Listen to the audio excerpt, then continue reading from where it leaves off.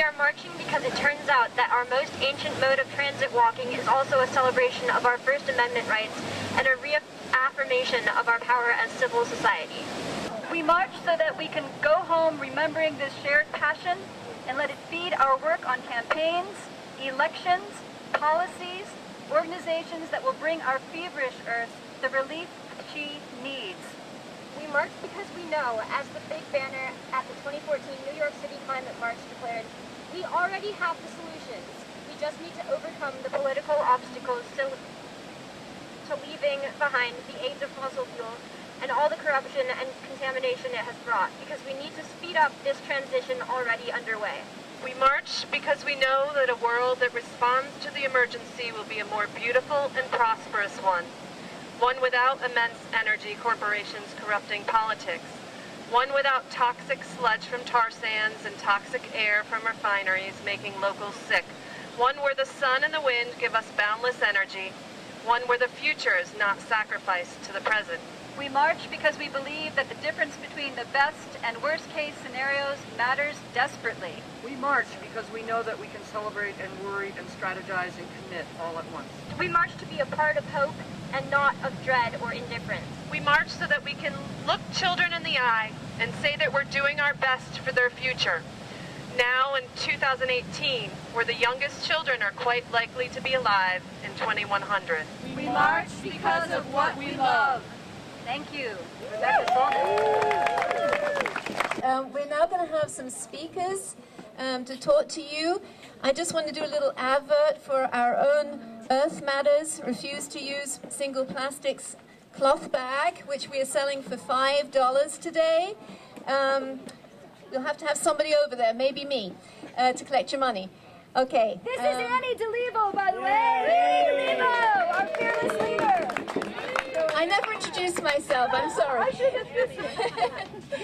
Okay, so first of all, I am introducing Kathleen James, who is a Manchester resident and a good friend of so many people and has a fantastic following.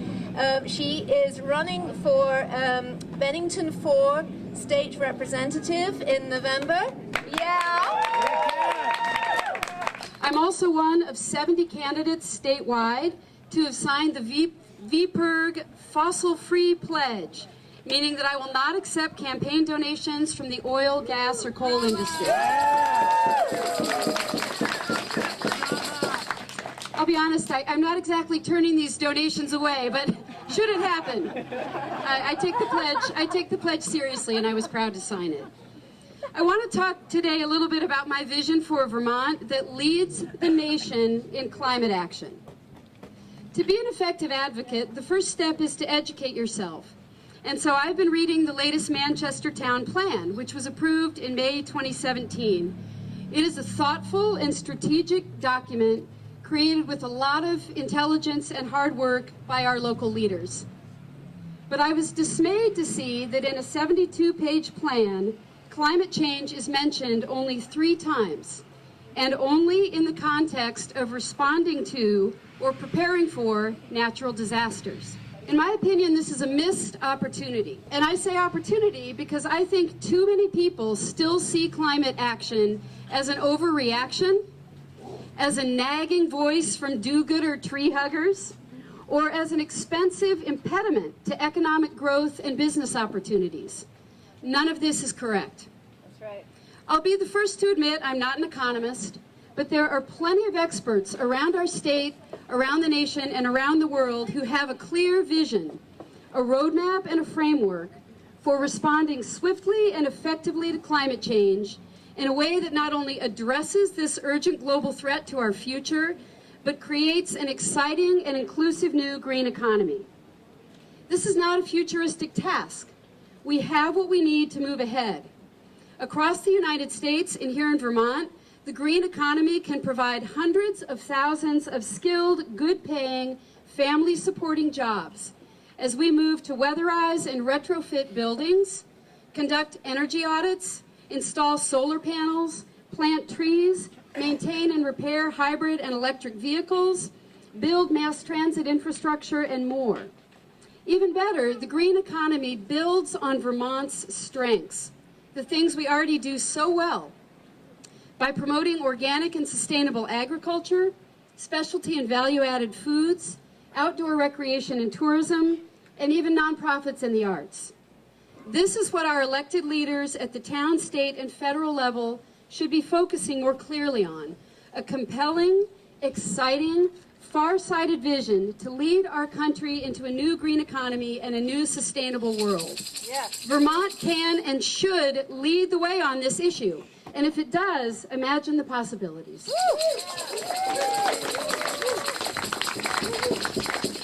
Several months ago, I had dinner with a group of local folks that I nicknamed the Green Team, including solar entrepreneur and Vermont climate conditioner Bill LaBerge, and Manchester Conservation Commission Chair Alan Benoit. In just 1 hour, we filled 8 huge sheets of paper with exciting ideas for how the North Shire could transform itself into a hub for the green economy and sustainable living. That's not only exciting, it's an incredible branding and marketing opportunity for Vermont in its effort to attract new residents and young people. Because millennials do not deny climate change, by the way, they get it. And they will be drawn to states and communities that get it too. Communities and states that lead the way on climate change will lead the way in attracting young residents.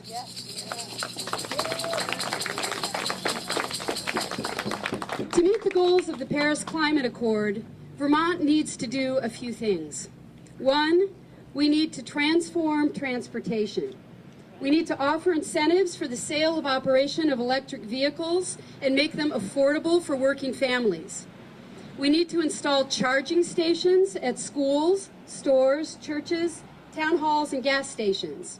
And we need to double down on public transportation, including ride sharing and van pools in places like the North Shire. 2, we need to save Vermonters money. And by this, I mean installing high-efficiency heat pumps and wood heating systems in public buildings, which will create jobs and save on taxpayer dollars. We need to expand eligibility for weatherization, making it free for the most vulnerable of our residents and affordable for working families. And we need to update our building codes to prioritize energy savings. Yes. We need to advance agriculture and lead on electricity. By this, I mean updating our farm and forest practices to promote carbon sequestration, to promote a more diverse energy portfolio, and to expand on the success we've already seen with Efficiency Vermont, which saves ratepayers money. What we need right now is a citizens' movement that not only embraces but demands this kind of vision from our elected leaders. I'm dedicating myself to this goal by running for the state legislature, and I hope you will join me. Thanks. So next on the agenda is Edward Cameron. He is also a Manchester resident. He's worked internationally with the European Union, where he worked on climate change, sustainable cities, and regional development, and the World Bank, where he worked on human rights and climate.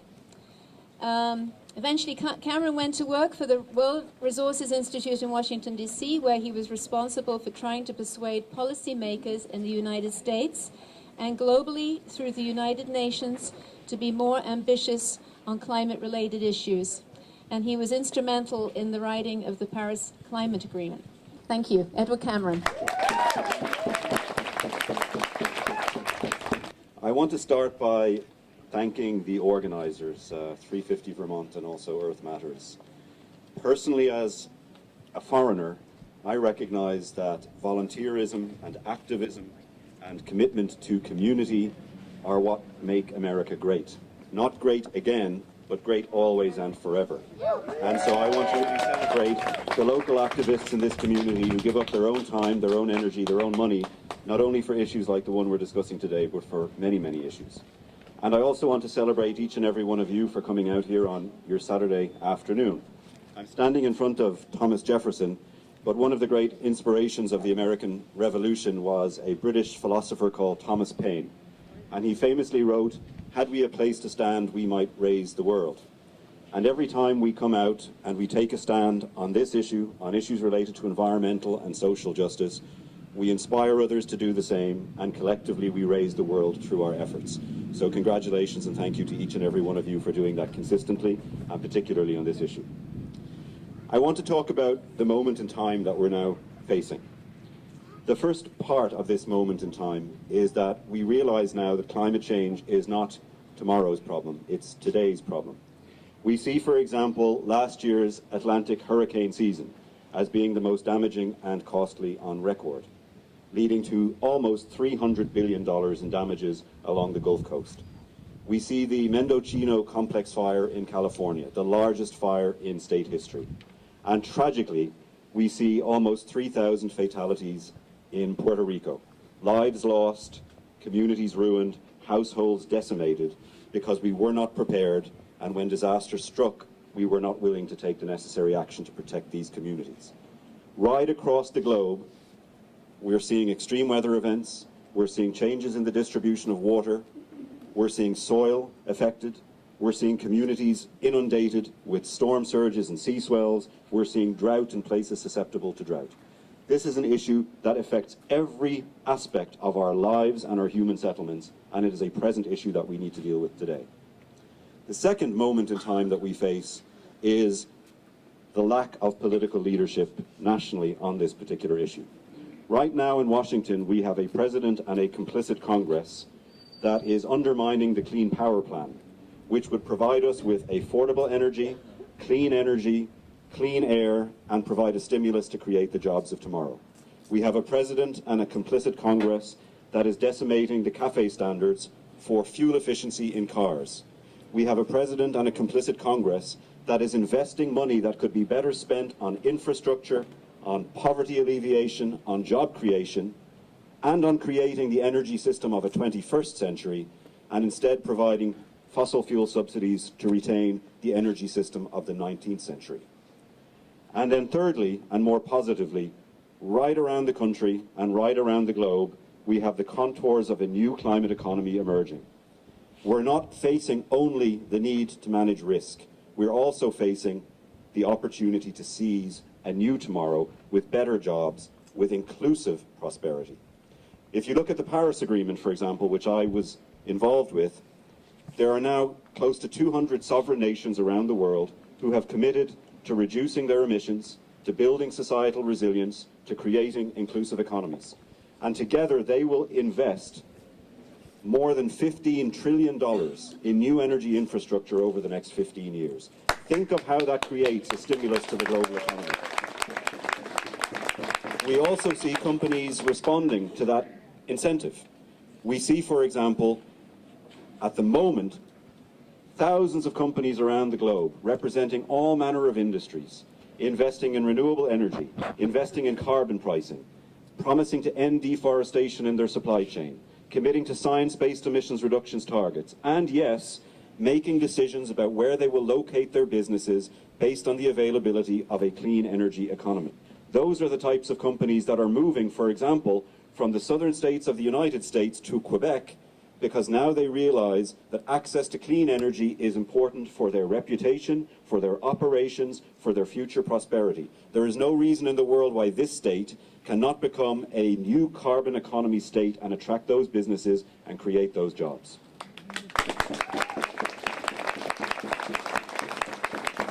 So we have to respond to this moment in time. And one of the ways in which we respond to this moment in time is we need to reject a leadership that responds to climate change by calling it a hoax, or by showing up in Puerto Rico and throwing paper towels at people, and instead we need to invest our energy and our capital in creating leaders and voting for leaders who are going to understand this issue and respond accordingly. Now, our march today is about climate and it's about protecting our planet, but it's also about justice and it's about jobs. And the reason why it's about justice is because the sad reality of climate change is that those who are hit first and hardest by this issue are those who have done the least to cause the problem to begin with. They are low-income populations around the world. They are minority populations and people of color. They are women. They are people who suffer structural discrimination, whether cultural or social, economic or political. They lack access to information. They lack access to decision-making and justice. they have no means to give voice to their vulnerability. When disaster strikes, they lack savings or financial services to rebuild their lives. So we see all around the world the effects of climate change undermining the realization of human rights.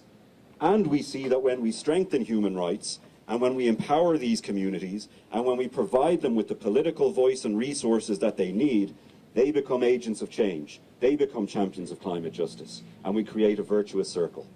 So for those of us who care about this issue, it's not enough for us to care about the environment. We have to care about our social and political systems. We have to empower the communities around us, and we have to invest in human rights. This is also a march about jobs, because we know that the impacts of climate change have devastating implications for our economy, and particularly for the global economy, in sectors such as agriculture, in fisheries, in any single industry that is dependent on natural and ecosystem services for its prosperity. We will see devastating economic consequences, and we will see those reflected in household and individual incomes. We also see, however, that accelerating the transition to a low-carbon economy creates new and better jobs. We are seeing countries like China seize that opportunity by creating a 21st century energy economy, with hundreds of thousands of new jobs being created as a consequence of their investment in renewables like solar and wind and hydropower. So this is not just a plea for us to manage risk. This is an encouragement for us to seize the opportunities and create the economy of tomorrow. The final thing that I want to say is, what should we all do about this? As we were marching, I was taken by the fact that there was a chant that said, "This is how democracy works. This is what democracy looks like." I'm going to give you a reality check now. Democracy does not work through marches. Democracy works through voting. So if any of you here today marched and then don't show up to vote, I never want to see another placard in your hand ever again. I recall the day after the election in 2016, a march going down past my office in Manhattan with people carrying placards saying, "He's not my president." And only 56% of those people had voted the previous day. So if you really are serious about this issue, then you have an obligation to be serious about engaging in the political process. That means voting. That means having the courage, like our colleague Kath has, to show up and stand for office when you see that the alternatives are not satisfactory alternatives. The courage to vote, the courage to stand. The courage to educate yourself about the records of those people who are standing for office at the local level, at the state level, and for the national level. Look at their records. For those people who have rejected this issue and called it a hoax, for those people who have voted against an ambitious approach to climate change, for those people who've often taken the easy approach of being absent when votes are taken, reject those candidates.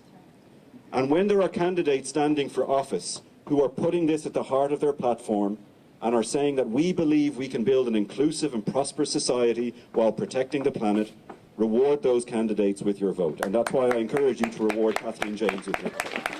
So we need to turn our passion and our purpose and our protest into political power. Vote. The second thing we need to do, we need to be much more sophisticated about how we engage in the political process. I spend a lot of time on Capitol Hill, and I'm constantly told about the good intention of the environmental activists who show up to speak with members of Congress without a clear plan for what they actually want Congress to do. And then the next person in the door is a corporate lobbyist in a crisp suit with an action plan and a specific ask.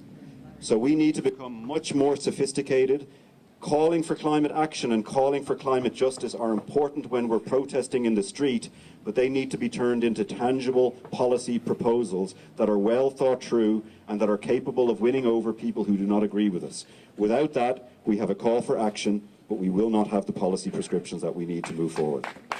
So I'm asking you to think about sophistication in the messaging. I'm also asking you to understand that we do not on our own, and I'm making an assumption here, as Liberal Democrats, have enough of a majority to win on this issue. So there is a need, in the words of Jim Hansen, if we want to fix our climate, we've got to fix our democracy. That means we've got to be willing to reach out to people who disagree with us, We've got to understand what motivates them, we've got to understand the language that they speak, and we've got to appeal to their incentives. Shouting down our opponents or living in our bubble is no longer going to be enough. So if you do have that crazy uncle that you're refusing to speak to over Thanksgiving because you don't want to have an argument, engage that person in conversation. Think about what's motivating that person's thoughts and actions and begin to be persuaders and influencers in your own right. And then the final thing that I would want to say is that we also need to turn our passion and our protest and channel it through our purse, because the power of the purse is crucial to moving towards a low-carbon economy.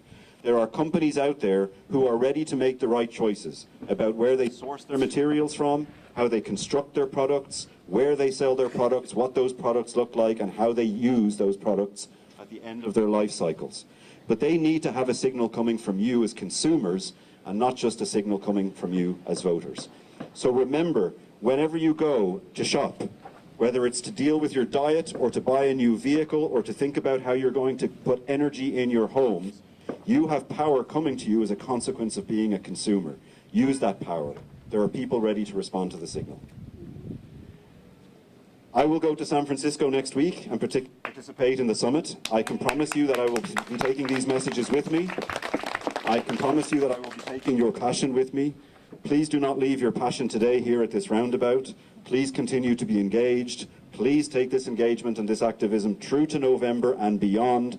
This is the issue of our century. We cannot succeed on social and economic and political issues if we do not have a prosperous planet to stand upon.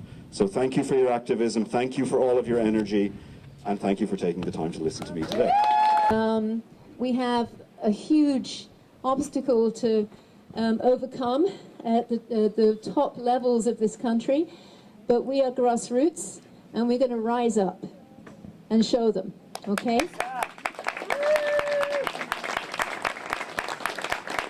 I'll hand it over to Steve. Thank you to Earth Matters. In order to restore the Earth, we have to restore our relationships. And that means that we look at the world in which we live as tenants. We all have homes or apartments that we live in, but we live there for a very short period of time. So when we live in that place, how do we treat it? Do we treat it with respect, or is it a trash dump? We treat it with respect and care and honor it. So we should also treat ourselves with respect and care and honor to try to do the best that we can with our own selves. And then move beyond that, the tendency that we have for a very short period of time with ourselves to tendency with other people, those who surround us, those who are our neighbors, and to establish the relationships that we need in order to survive. And the relationships aren't only with our neighbors per se, that is, human neighbors. It's also all our relations. It's our neighbors who we depend on for the air that we breathe, the water that we drink, the soil that we plant our gardens in.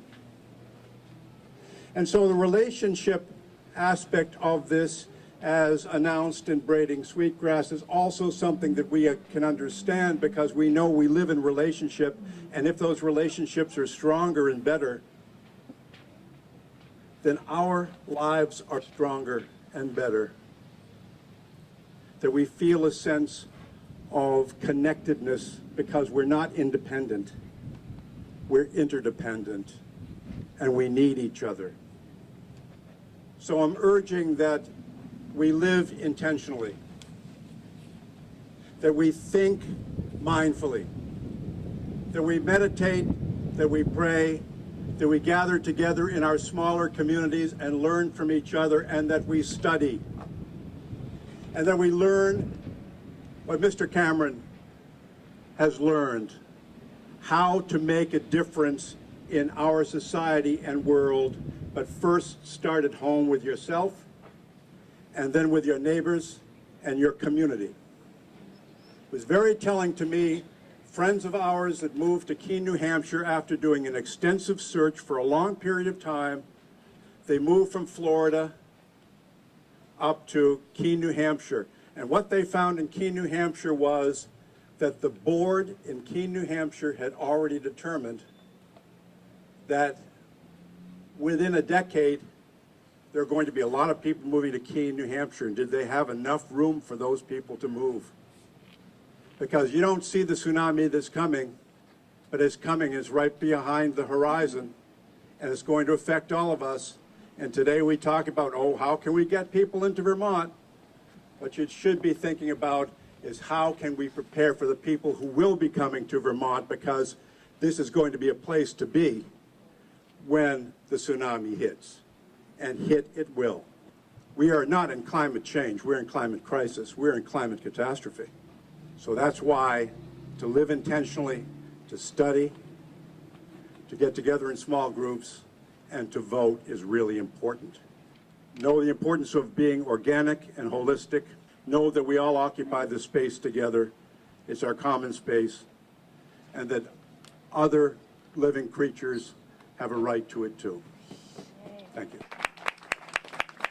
Good. All right, well, in closing, I'm going to invite us to shift gears a little bit and come together in a bit of a meditation space. As we know, we're in a crisis, and we're going to need each other as humans. And Donald Trump has got the broken-hearted thing. He can have that. We have to stay warm-hearted with each other. We have to be a family, a community of life.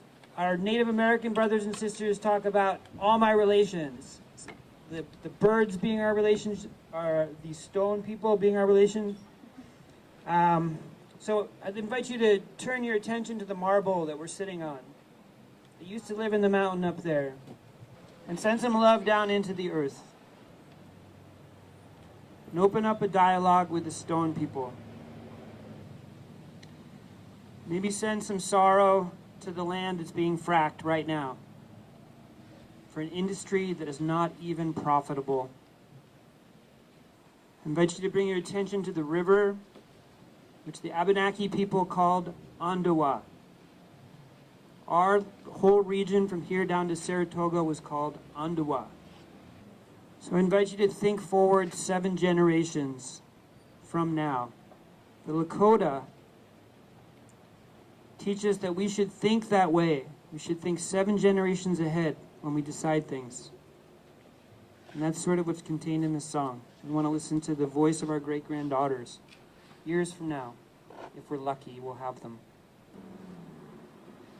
So I want you to think forward to that 7th generation, way in the future, and imagine them thanking us for doing the work we're doing today. That we saved the planet, that the future's happy we did it. There are several Native American prophecies that humans do fix it up. Blackout's prophecy about the Rainbow Nation coming together when the world is in crisis. Winona LaDuke talks a lot about the Greenway, the prophecy of the Indians of the Minnesota region, and how the cave paintings from 1,500 years ago have a road of fire, and then another road cuts off to the side that's the Greenway. He says that's the time we're at now, that we're making a choice to turn away from the way of fire to a Greenway. I invite you to imagine the unity between us and all the people who are organizing all around the planet right now. In San Francisco, in New York, in South Dakota. I invite you to take this unity with you as you go. Remember the guy in mind. Be in harmony with the earth. Love the earth. Listen to the earth. Honor the stones. Honor all our relations. And let's stick together in the climate crisis that's already come. Thank you.